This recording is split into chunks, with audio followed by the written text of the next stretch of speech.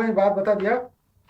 یہودی جو لوگ ہیں، یہودیوں کی تاریخ اور یہودیوں کا ذکر قرآن شریف میں اس لیے کیا گیا ہے کہ ہم کو یہودیوں سے سیکھنا ہے، یہودیوں کے بارے میں ہم کو سیکھنا ہے.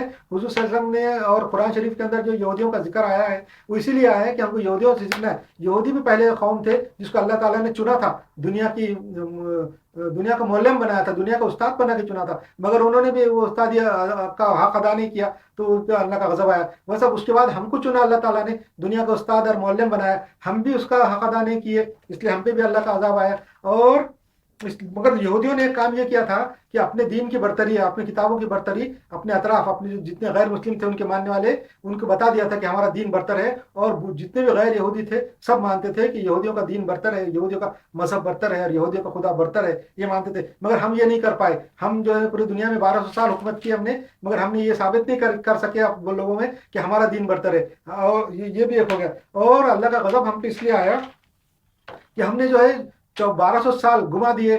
اور ہمارے پاس جو اللہ تعالیٰ نے اتنی بڑی طاقت دی تھی، ہم کو اتنی بڑی سلطنت پورے دنیا پہ حکومت دی تھی، 1200 سال ہم کو حکومت دی تھی، مگر ہم نے وہ ناچ گانے مجرے دیکھنے میں گزار دیے. اور جو دنیا کے جو انسان ہیں، دوسرے پورے دنیا کے جتنے انسان ہیں اللہ کی مخلوق ہے، اللہ کے بندے ہیں. ہم کو اللہ تعالیٰ نے یہ ذمہ داری دے کے بھیجا تھا کہ میں تم کو اپنی ہدایت دے رہا ہوں اور تم باقی دین کے دوسرے جو انسان ہیں ان تک یہ ہدایت پہنچاؤ اور شیطان سے بچاؤ، شیطان سے بچا کے صحیح راستے پہ لاؤ. یہ ہماری ذمہ داری تھی، اللہ نے ہم کو دیا تھا، مگر ہم نے نہیں کیا. ہم نے 1200 سال ناچ گانے دیکھے، مجرے دیکھے، اس لیے اللہ کا ہم پہ غضب آیا. مگر ہماری طاقت اور ہماری حکومت ایسی تھی اس زمانے میں، 1200 سال ہماری دنیا کے اوپر ایسی سلطنت تھی کہ اس زمانے کی تو پوری تقریباً 90% 80% دنیا ہم نے فتح کر لی تھی. اولڈ ورلڈ جو تھا وہ ہمارے 80% ہمارے قبضے میں تھا. تھوڑا سا یورپ تھا بس، ادھر تھا، ادھر ہم جاتے بھی نہیں تھے.